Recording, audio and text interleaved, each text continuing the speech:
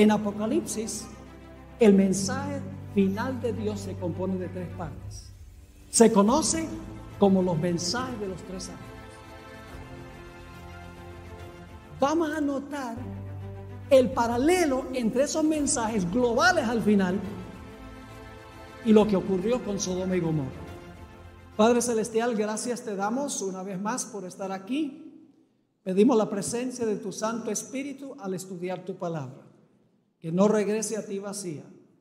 Te lo imploramos en el precioso nombre de Jesús. Amén. Amén. Vamos a comenzar nuestro estudio leyendo un pasaje que encontramos en el Evangelio según San Lucas, el capítulo 17 y los versículos 28 al 32. Lucas 17, 28 al 32. Aquí está relatando una experiencia que ocurrió en el Antiguo Testamento que se haya registrado en el libro de Génesis. Y dice lo siguiente: asimismo, como sucedió en los días de Lot, comían, bebían, compraban, vendían, plantaban, edificaban. Mas el día en que Lot salió de Sodoma, llovió del cielo fuego y azufre y los destruyó a todos. Así será el día en que el Hijo del Hombre se manifieste. En aquel día, el que estuviere en el terrado y sus alhajas en casa, no descienda a tomarlas, y el que en el campo, asimismo no vuelva atrás. Acordaos de la mujer de Lot. Este pasaje contiene lo que se conoce como una tipología, es decir, lo que ocurrió una vez llega a representar algo que va a ocurrir a escala mayor en el futuro. Jesús dijo, como fue en los días de Lot, así será también en conexión con la venida del Hijo del Hombre. Esa es una relación tipológica. La historia pasada ilustra en escala menor lo que va a pasar en el futuro. Así que para entender lo que vamos a estudiar en nuestro tema de hoy, tenemos que regresar a la historia de Sodoma y Gomorra, que se encuentra registrada en Génesis el capítulo 13 y empezando en el versículo 10. Aquí encontramos una descripción de cómo era la región donde estaban las ciudades de Sodoma y Gomorra antes que las ciudades fuesen destruidas con fuego.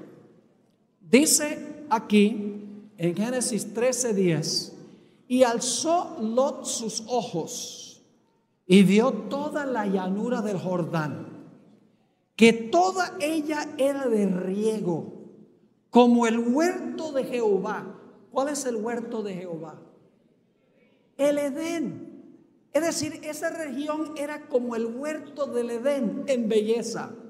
Sigue diciendo que toda ella era de riego, como el huerto de Jehová, como la tierra de Egipto en la dirección de Zoar, antes que destruyese Jehová a Sodoma y a Gomorra.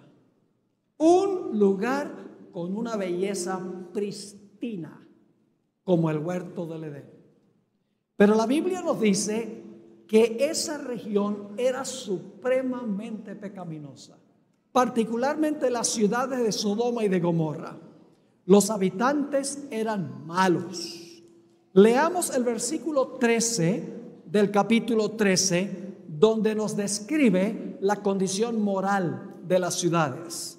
Dice allí: mas los hombres de Sodoma eran malos, y por si acaso no entendieron malos, y pecadores, y por si acaso no entendimos pecadores, dice en gran manera. Es decir, los habitantes de esas ciudades eran malos y pecadores contra Jehová en gran manera. Cuando leemos la Biblia nos damos cuenta que las ciudades se caracterizaban primordialmente por 3 pecados capitales. El primer pecado capital era la perversidad sexual. La palabra sodomía, la palabra sodomizar, viene de una de las ciudades de esa región. Sabemos que ellos practicaban en las ciudades libremente la homosexualidad, porque la última noche antes de la destrucción de las ciudades, los hombres de la ciudad, tanto jóvenes como viejos, se reunieron alrededor de la casa de Lot y le dijeron: sácanos a esos dos hombres que eran ángeles, porque queremos conocerlos. La palabra conocer ahí se refiere a tener relaciones sexuales.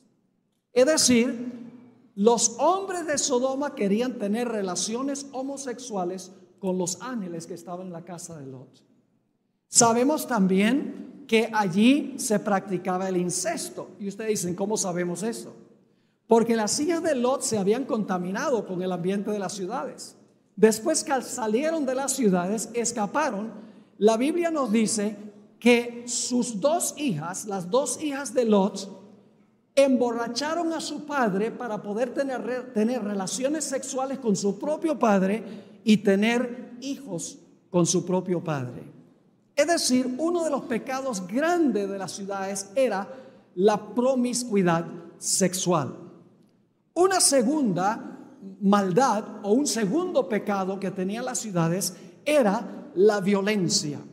No lo pensaban dos veces de ejercer violencia. ¿Cómo sabemos eso? Sencillamente porque la última noche los hombres de Sodoma se reunieron alrededor de la casa de Lot.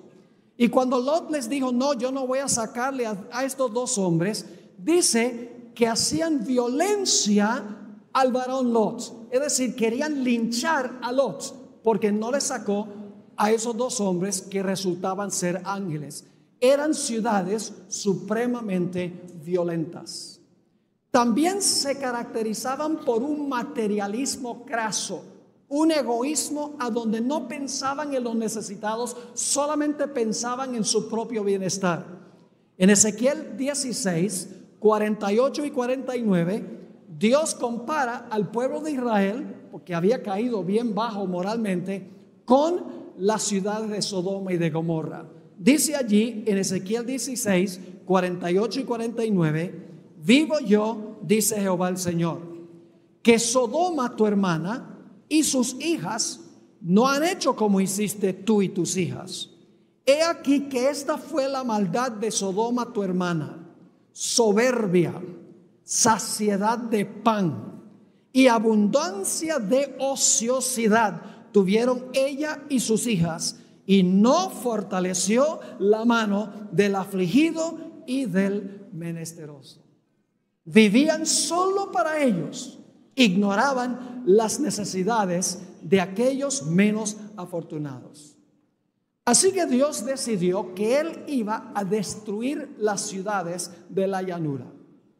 Pero Dios nunca destruye una civilización o una ciudad sin primero enviar un mensaje de advertencia para que la gente de esa ciudad o de esa nación se arrepienta de sus pecados, de tal manera que Dios no tenga que destruirlos. Vamos a Génesis 18 ahora, a donde continúa la historia. Génesis 18 y el versículo 1 hasta el versículo 3. Dice: después le apareció a Abraham, se le apareció Jehová a Abraham en el encinar de Mamre, estando él sentado a la puerta de su tienda en el calor del día. Y alzó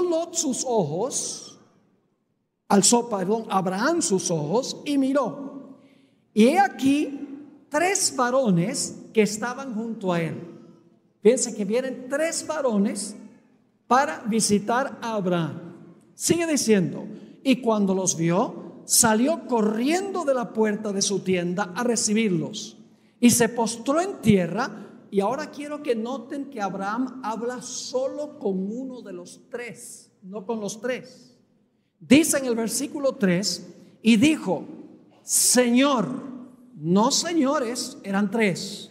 Dice: Señor, si ahora he hallado gracia en tus ojos, te, singular, ruego que no pases, no dice no pasen, no pases de tu siervo. Es decir, Abraham está hablándole a uno de los tres. E inmediatamente nos preguntamos, ¿quién era ese personaje con quien hablaba Abraham? En unos momentos lo vamos a ver. Después de un tiempo allí con Abraham junto con los tres varones se levantaron y se movieron hacia la ciudad de Sodoma. Eso es lo que dice el versículo 16. Dice, y los varones, que eran los tres, junto con Abraham, se levantaron de allí y miraron hacia Sodoma, y Abraham iba acompañándolos. Es decir, por cierta distancia, Abraham y los tres personajes están caminando juntos hacia Sodoma. Pero lo interesante es que solo llegaron a la ciudad dos de los tres. Noten Génesis 18 y el versículo 22. Dice, y se apartaron de allí los varones, y vamos a encontrar que fueron dos, aunque iban tres. Se apartaron de allí los varones y fueron hacia Sodoma. Pero ahora un detalle muy interesante. Pero Abraham estaba aún delante de Jehová. ¿Quién era ese personaje con quien habló Abraham? Era Jehová. Y ustedes dicen, bueno, pero ahí dice que se apartaron los varones y fueron hacia Sodoma. ¿Cómo dice que solamente dos llegaron? Vamos al capítulo 19 y el versículo 1. 19 y el versículo 1. A Sodoma llegaron dos. Abraham quedó delante de Jehová. Dice allí en el versículo 1 del capítulo 19, llegaron pues, ¿cuántos? Los dos ángeles a Sodoma a la caída de la tarde. Y Lot estaba sentado a la puerta de Sodoma, y viéndolos Lot se levantó a recibirlos y se inclinó hacia el suelo. Así que Abraham queda con el que yo llamo el primer ángel para hablar con él. Los otros dos se dirigen a la ciudad de Sodoma.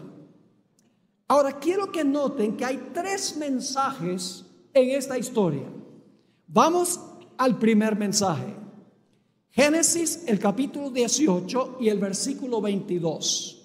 Se apartaron de allí los varones y fueron hacia Sodoma. Pero Abraham estaba aún delante de Jehová. Y se acercó a Abraham y dijo, ¿destruirás también al justo con el impío? Fíjate, está hablando con Jehová. ¿Tú vas a destruir al justo con el impío? Quizá haya 50 justos dentro de la ciudad.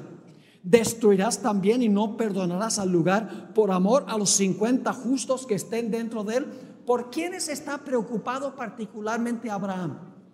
Está preocupado por los justos. Él quiere que Dios separe a los justos de los injustos para que los justos no perezcan en la ciudad.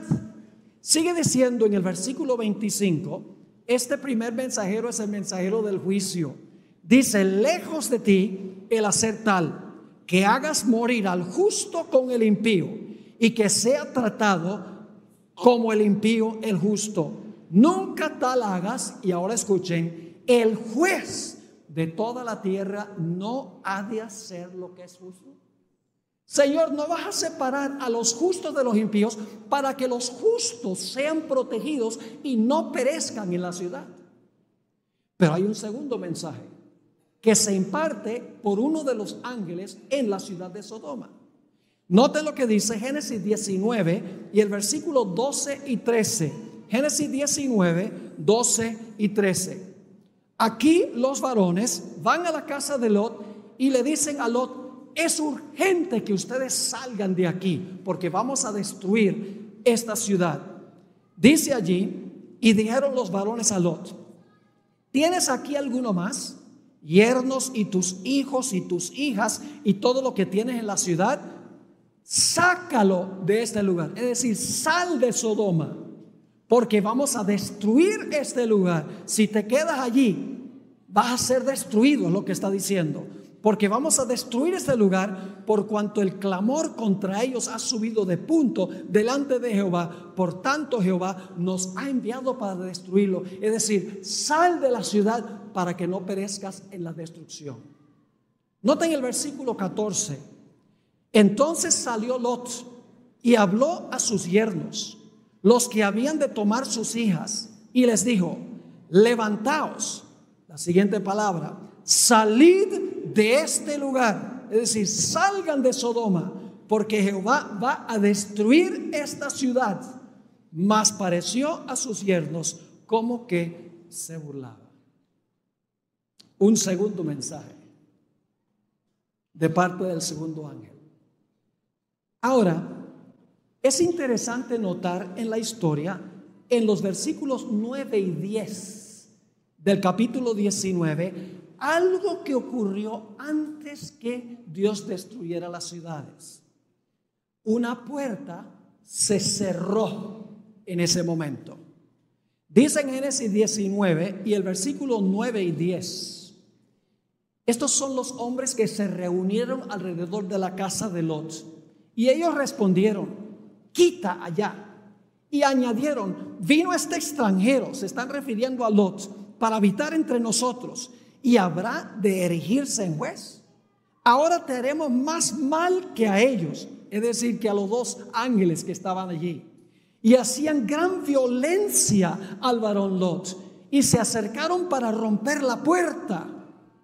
Entonces los varones alargaron la mano y metieron a Lot en casa con ellos y cerraron la puerta. Cuando esa puerta se cerró la oportunidad de todos los habitantes de Sodoma para escapar de la ciudad. Es decir, la puerta de la gracia se cerró antes de la destrucción de las ciudades. Ahora, mañana en la noche vamos a estudiar un mensaje paralelo a este. Vamos a estudiar sobre los días de Noé. Y vamos a ver que hay un paralelo. Jesús dijo: como fue en los días de Noé, así será la venida del Hijo del Hombre. Como fue en los días de Lot, así será la venida del Hijo del Hombre. Y vamos a ver algo muy interesante en cuanto a la historia del diluvio. Yo pregunto: ¿cuándo se perdió la gente antes del diluvio? ¿Cuándo se perdió la gente en el diluvio? ¿Cuando se cerró la puerta o cuando comenzó a llover? Yo pregunto: ¿cuando se cerró la puerta empezó a llover inmediatamente? No, pasaron 7 días y luego fueron destruidos. Es decir, la puerta se cierra primero y luego entonces viene la destrucción. Cuando se cerró la puerta en Sodoma, la puerta de la oportunidad se cerró para todos los habitantes de Sodoma, y los únicos que estaban seguros eran los que estaban encerrados en la casa dentro de la puerta cerrada. Y fíjense que los impíos querían hacerle violencia a Lot, y los ángeles protegieron a Lot y los que estaban dentro de la casa. Ahora hay un tercer mensaje, y ese es el mensajero que finalmente trae la destrucción. Noten lo que dice Génesis 19 y el versículo 24. No olviden estos detalles, porque vamos a volver a la aplicación tipológica en la segunda mitad de nuestro tema. Génesis 19, 24. Entonces Jehová hizo llover sobre Sodoma y sobre Gomorra azufre y fuego de parte de Jehová desde los cielos. ¿Qué llovió Dios de los cielos? Llovió fuego y azufre, y luego dice: y destruyó las ciudades y toda aquella llanura con todos los moradores de aquellas ciudades y el fruto de la tierra.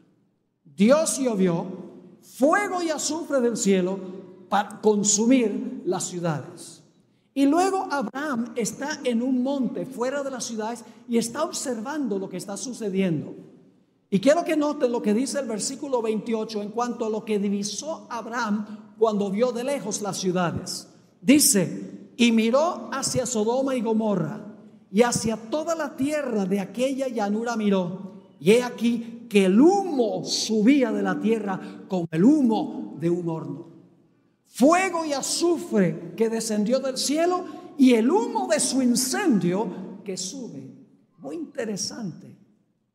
Ahora hay algo muy interesante, y es que ese lugar donde estaban las ciudades de Sodoma y Gomorra, hoy en día es un desierto.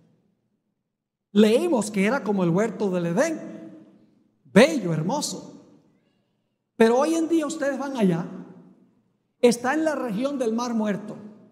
Saben que el Mar Muerto es el lugar más por debajo del nivel del mar en el planeta Tierra. Es como una gigantesca caverna que está bajo el nivel del mar, más de 400 metros por debajo del nivel del mar. Es como si algo hubiera hecho un gigantesco hueco allí en esa región.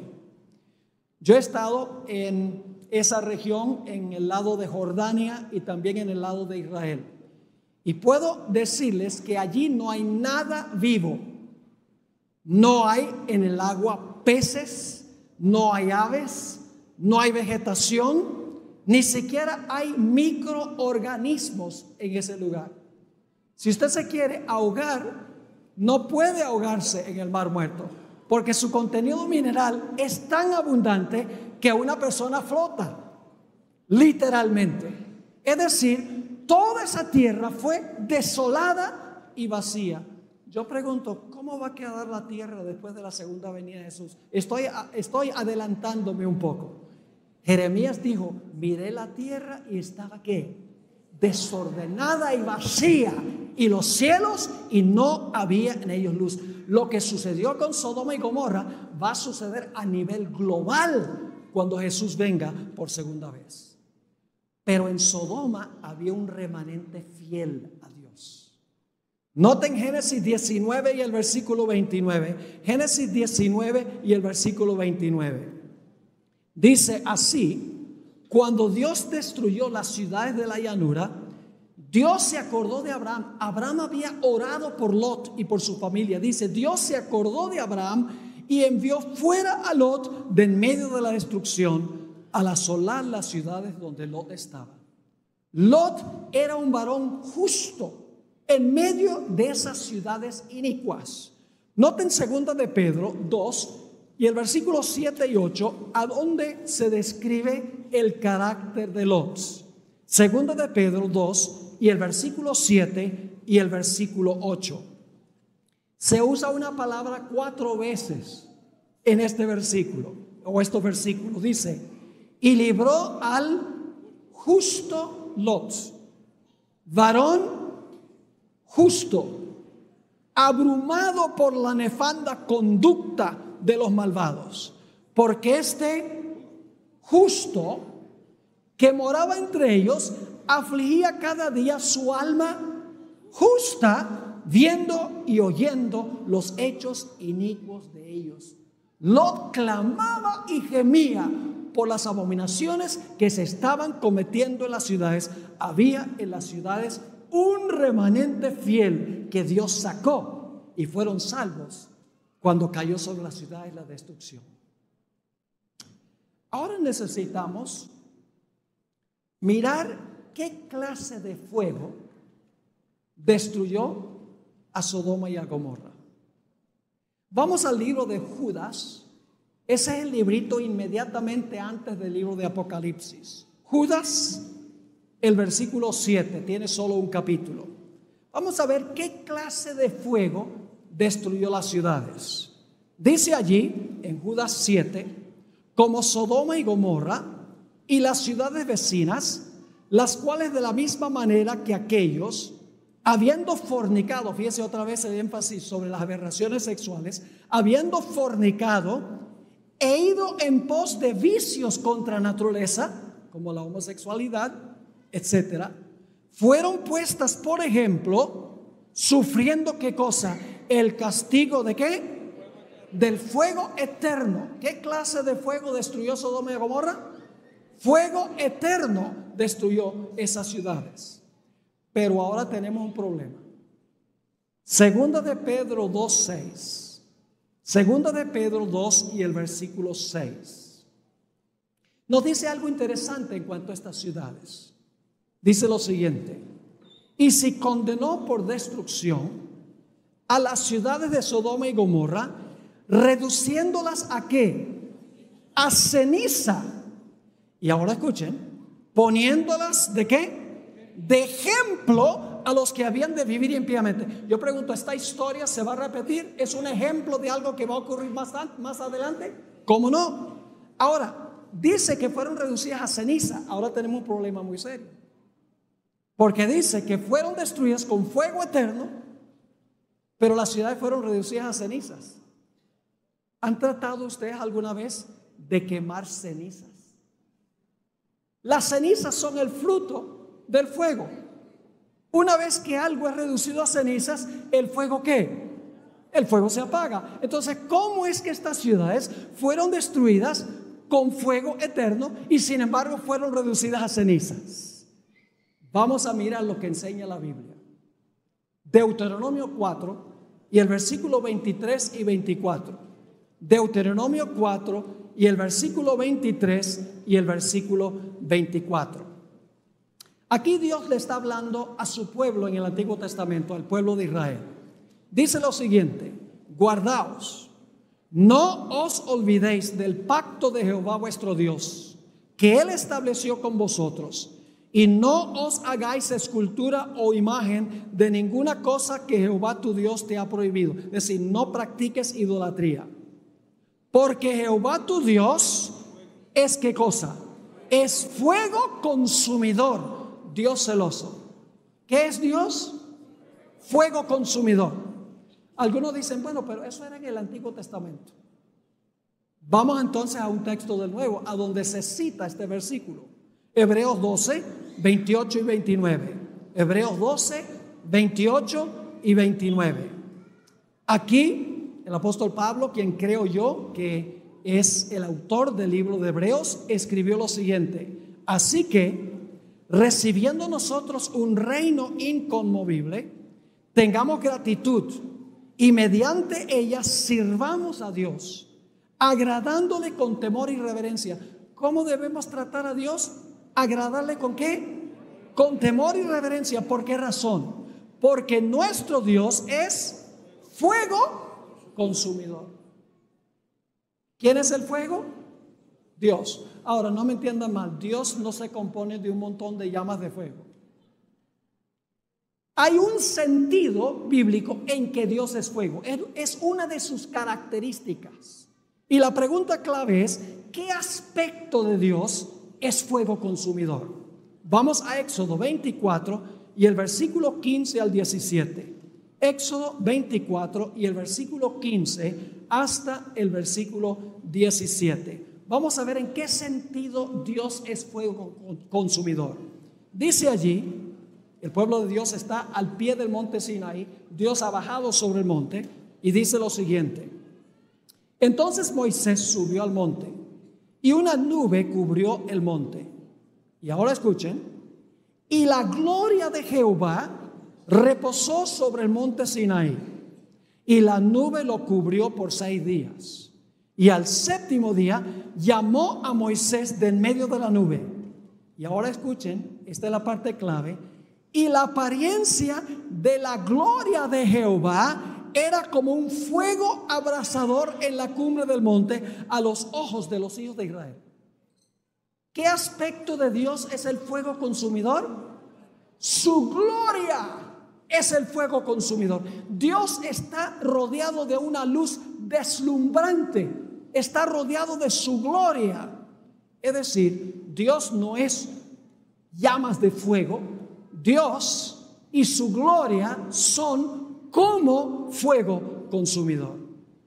Ahora vamos a Malaquías 4 y el versículo 1.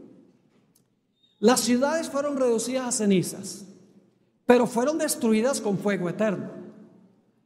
Ahora vamos a Malaquías, el capítulo 4 y el versículo 1.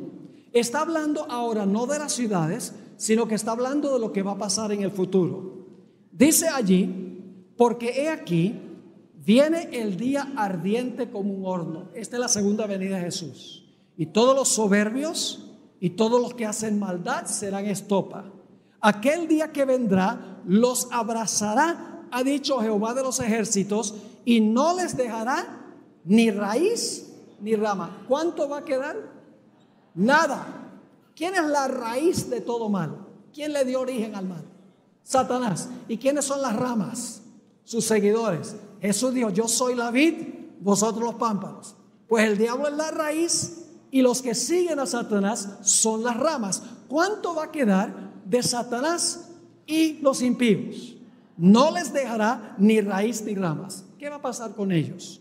Malaquías 4 y el versículo 3. El versículo 3 dice, hollaréis a los malos, los cuales serán ¿qué? Ceniza bajo las plantas de vuestros pies en el día en que yo actúe, ha dicho Jehová de los ejércitos. ¿Qué va a pasar con los impíos y con Satanás? Van a ser reducidos ¿a qué? A cenizas.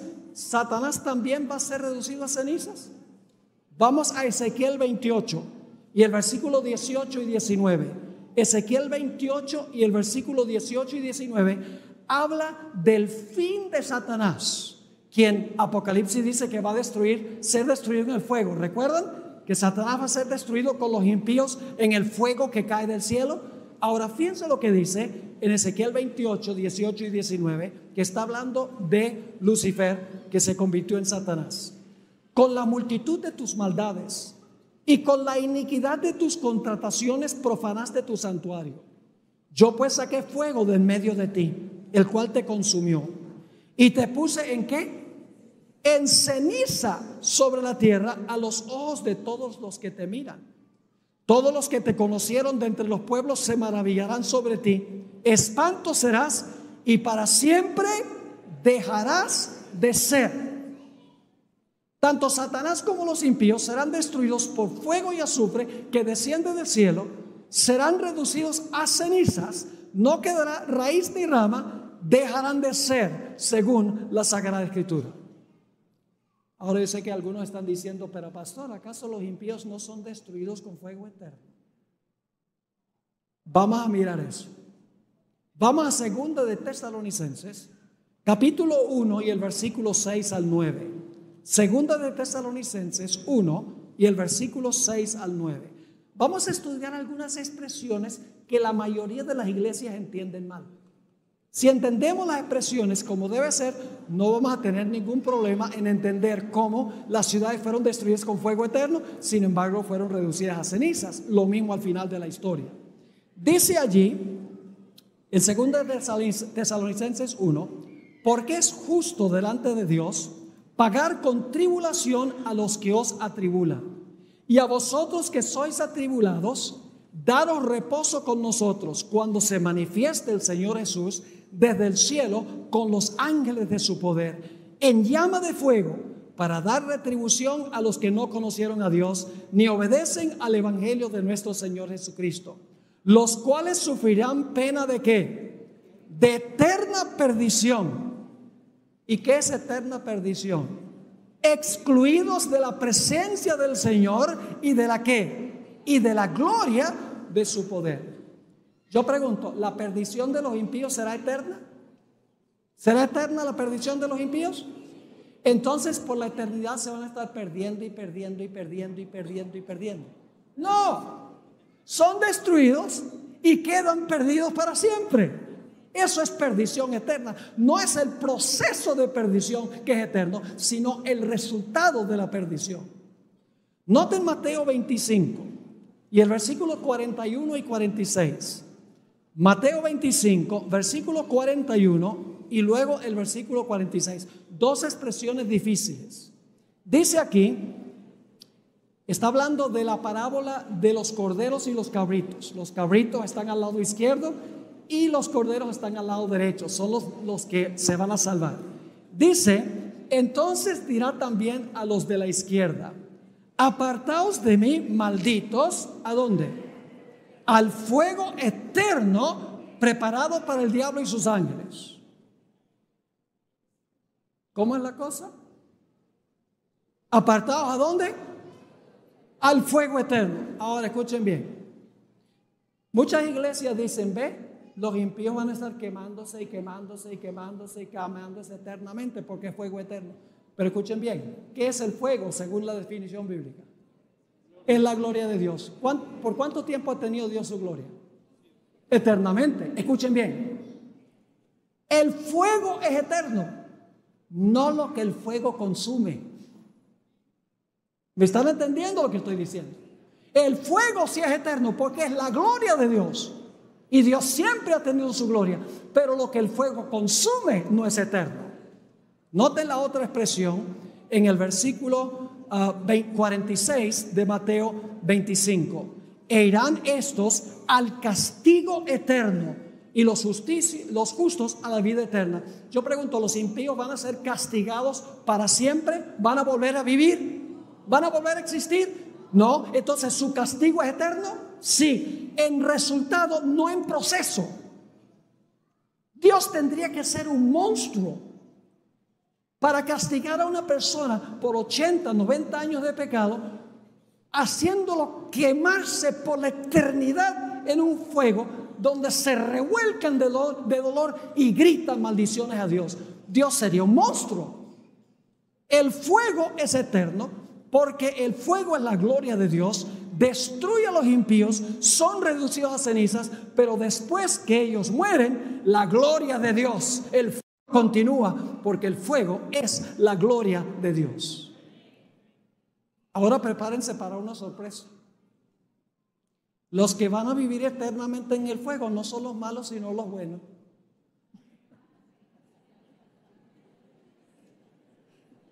Y usted dice, ¿la Biblia dice eso? Pues vamos a Isaías 33. Isaías el capítulo 33. Y vamos a leer primero en cuanto a los impíos. Isaías 33, 11 y 12. Dice allí, hablando Dios de los impíos: concebisteis hojarascas, rastrojo daréis a luz. El soplo de vuestro fuego os consumirá, y los pueblos serán como cal quemada, como espinos cortados serán quemados con fuego. Versículo 14. Los pecadores se asombraron en Sión, espanto sobrecogió a los hipócritas. Y ahora escuchen las preguntas, dos preguntas. ¿Quién de nosotros morará con el fuego consumidor? ¿Quién de nosotros habitará con las llamas eternas? El que camina en justicia y habla lo recto, el que aborrece la ganancia de violencias, el que sacude sus manos para no recibir cohecho, el que tapa sus oídos por no oír propuestas sanguinarias, el que cierra sus ojos para no ver cosa mala. ¿Quiénes son los que van a estar en el fuego y el fuego no los va a consumir? No son los impíos, porque ellos van a volverse cenizas ante la gloria de Dios.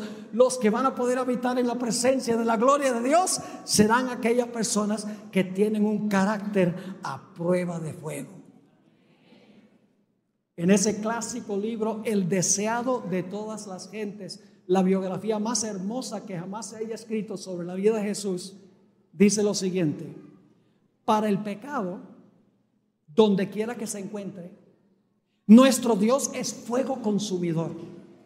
En todos los que se sometan a su poder, el Espíritu de Dios consumirá el pecado. Es decir, si tú te sometes al Espíritu Santo, Él va a consumir el pecado. Pero noten lo que sigue diciendo: pero si los hombres llegan a identificarse con el pecado, entonces la gloria de Dios que destruye el pecado debe destruirlos a ellos también.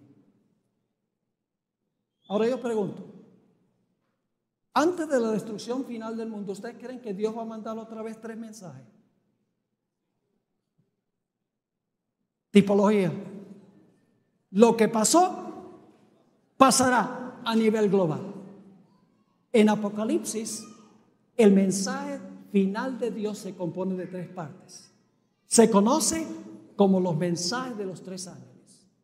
Vamos a notar el paralelo entre esos mensajes globales al final y lo que ocurrió con Sodoma y Gomorra. Vamos a Apocalipsis 14 y el versículo 6 y el versículo 7. Apocalipsis 14 y el versículo 6 y el versículo 7. Vi volar por en medio del cielo a otro ángel que tenía el evangelio eterno para predicarlo a los moradores de la tierra, a toda nación, tribu, lengua y pueblo. Es decir, es un mensaje que va a todo el mundo. diciendo a gran voz: temed a Dios y dadle gloria. ¿Porque qué? Porque la hora de su juicio ha llegado. ¿Cuál fue el primer mensaje que encontramos ahí en Génesis? El juez de toda la tierra no hará lo justo, separando los justos para que no sean destruidos juntamente con los injustos. Aquí dice: la hora de su juicio ha llegado, y adorad a aquel que hizo el cielo y la tierra, el mar y las fuentes de las aguas. Teme a Dios, dale gloria, adora a Dios, porque estamos ahora en la hora del juicio. Pero hay un segundo mensaje. En Apocalipsis 14 y el versículo 8 dice: otro ángel le siguió diciendo: ha caído Babilonia, la gran ciudad, porque ha hecho beber a todas las naciones del vino del furor de su fornicación. El vino son sus falsas doctrinas que le ha dado a todo el mundo, y por eso Babilonia cayó. Ahora yo pregunto, ¿va a destruir Dios a Babilonia al final de la historia por causa de sus pecados? ¿Cómo no? Pero Dios va a sacar de Babilonia a sus fieles antes de la destrucción. Noten Apocalipsis 18 y el versículo 1 hasta el versículo 5. Este es el mensaje del segundo ángel. Dice allí en Apocalipsis 18:1: después de esto vi a otro ángel descender del cielo con gran poder, y la tierra fue alumbrada con su gloria. Y clamó con voz potente diciendo: ha caído la gran Babilonia, y se ha hecho habitación de demonios y guarida de todo espíritu inmundo y albergue de toda ave inmunda y aborrecible. La condición de las ciudades. Porque todas las naciones han bebido del vino del furor de su fornicación, y los reyes de la tierra han fornicado con ella, y los mercaderes de la tierra se han enriquecido de la potencia de sus deleites.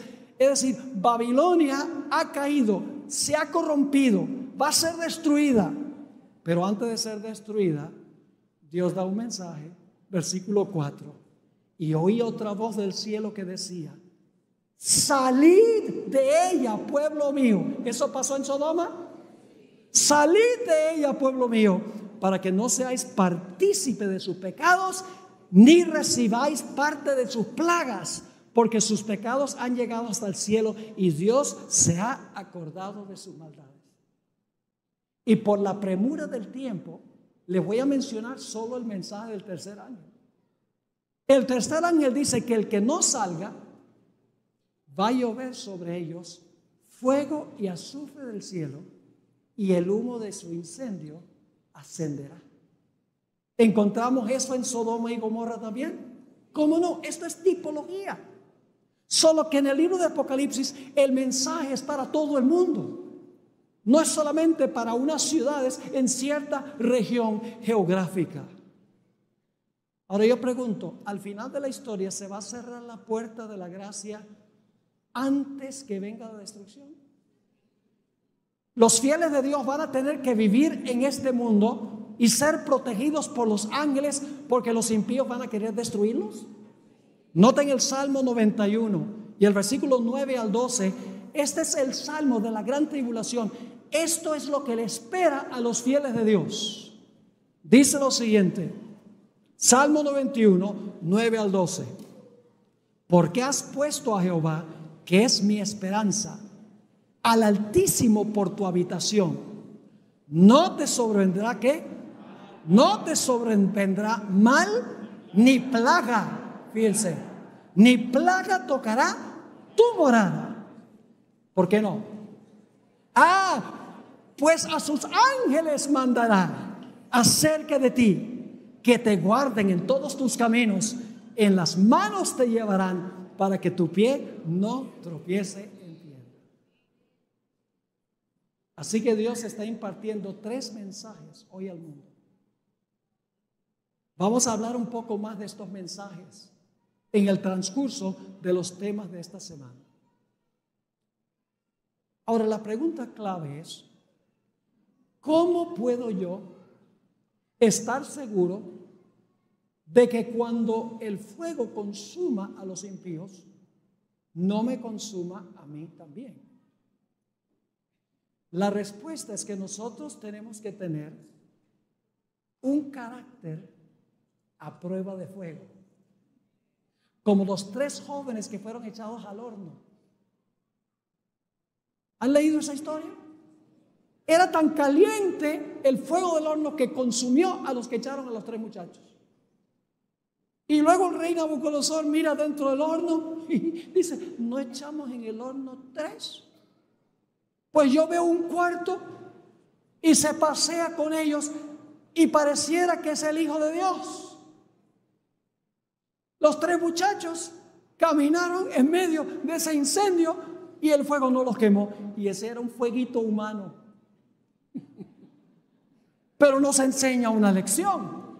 Y es que ellos tenían una fidelidad a Dios, una confianza en Dios, que estaban dispuestos de morir para ser fieles a Dios. Tenían un carácter a prueba de fuego. ¿Quiénes son los que van a ver a Dios? ¿Saben lo que van a hacer los impíos cuando Jesús venga? En Apocalipsis 6 dice que se van a esconder en las cuevas y van a rogar que las rocas caigan sobre ellos y van a decir: escondednos del rostro de aquel que está sentado en el trono y de la ira del Cordero. Pero los fieles van a gozarse de ver el rostro. ¿Por qué? Vamos a leer algunos versículos ahora muy importantes. Y no vamos a tomar el tiempo para buscarlos todos porque son varios. Mateo 5:8 dice: bienaventurados los de limpio corazón, porque ellos ¿qué? Porque ellos verán a Dios. Y cuando el corazón está limpio, la vida está limpia. Cuando yo era niño, a veces se me salió una mala palabra en la escuela y el rector siempre llamaba a la casa para decirle a mi mamá. Y cuando llegaba a la casa, mi mamá ya tenía el jabón listo para lavarme la boca con jabón. Y un día, mientras me saboreaba el jabón, que por cierto no sabía muy bueno, miré a mi mamá y le dije: pero mira, mamá, no lo estás haciendo correctamente. O sea, lo que tiene que hacer es lavarme el corazón, porque de la abundancia del corazón habla la boca. De nada vale limpiar la boca. El que tiene un corazón limpio verá a Dios, porque su vida es limpia. Isaías 33:17, el siguiente texto, después que leímos que los justos son los que van a estar en el fuego, dice: tus ojos verán al Rey en su hermosura, verán la tierra que está lejos. En 1 de Juan 3:1-3, otra vez la expresión ver. ¿Quiénes son los que van a ver? 1 de Juan 3:1-3, mirad cuál amor nos ha dado el Padre para que seamos llamados hijos de Dios. Por esto el mundo no nos conoce, porque no le conoció a Él. Amados, ahora somos hijos de Dios y aún no se ha manifestado lo que hemos de ser. Pero sabemos que cuando Él se manifieste, es decir, cuando Jesús venga, seremos semejantes a Él, porque le veremos tal como Él es. ¿Y por qué lo vamos a ver? Versículo 3. Y todo aquel que tiene esta esperanza en Él se purifica a sí mismo, así como Él es puro. Hebreos el capítulo 12 y el versículo 14 dice: seguid la paz con todos y la santidad, sin la cual nadie verá al Señor. Apocalipsis 22:3-4 dice que cuando lleguemos al reino vamos a tener el privilegio de ver su rostro. Dice allí: y no habrá más maldición, y el trono de Dios y del Cordero estará allí, y sus siervos le servirán y verán su rostro, y su nombre estará en sus frentes.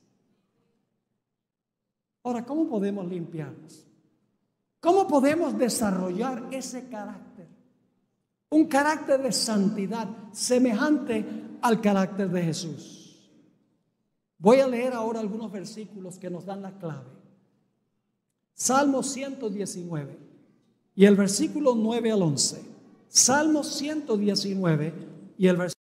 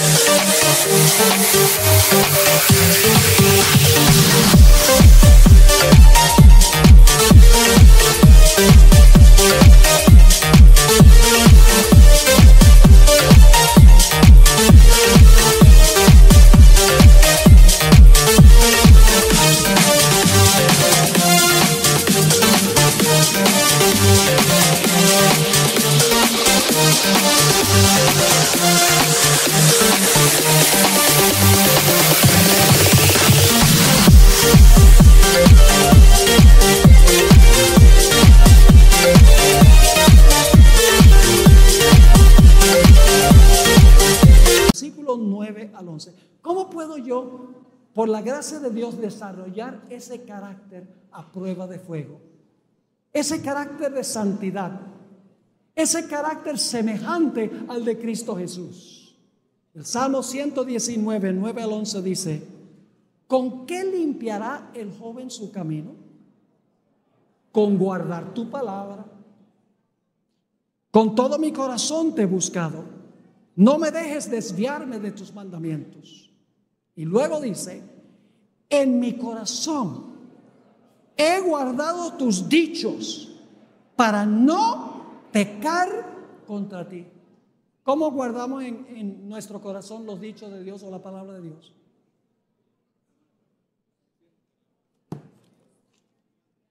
Leyendo la Biblia. La Biblia es comida, es pan. La palabra de Dios es pan. Y cuando estudiamos la palabra de Dios, cuando vemos a Jesús en la palabra de Dios, llegamos a reflejar en nuestra vida el carácter de Jesús. Por el otro lado, si estamos todo el tiempo viendo novelas y violencia e inmoralidad y espiritismo y escuchando música que apela a nuestras emociones más bajas, vamos a reflejar eso. Porque hay una ley psicológica, y es que nosotros somos lo que vemos y lo que oímos. Es una ley psicológica de la vida. Si estamos contemplando a Jesús en su palabra, seremos semejantes a Él. Si estamos contemplando violencia, sexo ilícito, mentiras, como sucede en la mayoría de los programas de televisión, nuestro carácter reflejará eso. Noten lo que dice Juan 15:3. La palabra es la que limpia. La palabra limpia. Juan 15:3. Jesús dijo: ya vosotros, está hablando sus discípulos, ya vosotros estáis limpios. ¿Y cómo están limpios? Estáis limpios por la palabra que os he hablado. La palabra de Dios limpia. Noten Efesios 5 y el versículo 25 al 27. Efesios 5, 25 al 27. Pasaje bien conocido. Maridos, amad a vuestras mujeres, así como Cristo amó la iglesia y se entregó a sí mismo por ella. ¿Para qué? ¿Por qué se entregó a Jesús? Para santificarla, habiéndola purificado en el lavamiento del agua. ¿Por la qué? Por la palabra, a fin de presentársela a sí mismo una iglesia gloriosa, que no tuviese ¿qué cosa?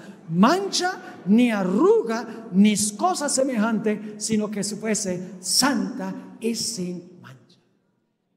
Por la palabra. Hay poder en la palabra de Dios. Cuando nosotros estudiamos la palabra, leemos la palabra, particularmente los evangelios, la historia de Jesús, llegamos a admirar más y más a Jesús, y llegamos a amar lo que Jesús amó, y llegamos a aborrecer lo que Jesús aborreció. Es una ley de la vida. Vamos a un último texto, 2 Corintios, el capítulo 3 y el versículo 18. El penúltimo texto es este, 2 Corintios 3, 18. El apóstol Pablo nos da el secreto de cómo ser transformados. Dice: por tanto nosotros todos, mirando a cara descubierta como en un espejo la gloria del Señor, que con nosotros ahora es su carácter, en su segunda venida es el fuego destructor, mirando como en un espejo la gloria del Señor, ¿qué sucede? Somos, una mejor traducción es, estamos siendo transformados de gloria en la misma imagen, como por el Espíritu del Señor. Contemplando a Jesús somos transformados. ¿Saben cuál es la palabra transformados allí? La palabra griega metamorfoo. ¿Qué palabra en español viene de metamorfoo? Metamorfosis. ¿Saben lo que es una metamorfosis? Cuando yo estaba aquí en Icolben, se llamaba así en esa época, íbamos al Picacho, allá en la montaña, a cazar mariposas. Unas mariposas lindas, azules, así, grandes. Y en ese tiempo ya yo no mataba las mariposas. Cuando era niño yo las coleccionaba. Y por lo tanto, yo llegué a conocer mucho en cuanto a las mariposas. Casi me volví profesional. ¿En qué se parece un gusano a una mariposa? En nada. Y sin embargo, la mariposa fue gusano. Pasó por una metamorfosis, por una transformación. Y lo que Pablo está diciendo aquí es que contemplando a Jesús en su palabra, nosotros somos transformados en su misma imagen. Ahora sí, el último texto. Hubo una persona que salió de Sodoma, pero Sodoma no había salido de ella. La mujer de Lot. Y Jesús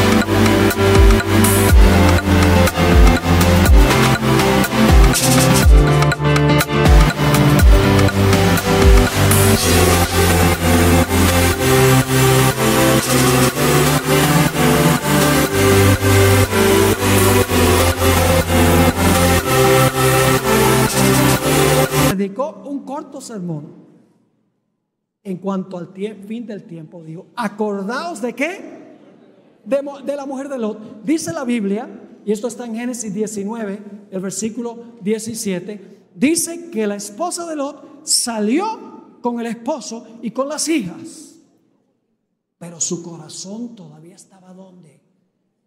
Su corazón todavía está en Sodoma. Las comodidades de Sodoma, los bienes materiales de Sodoma.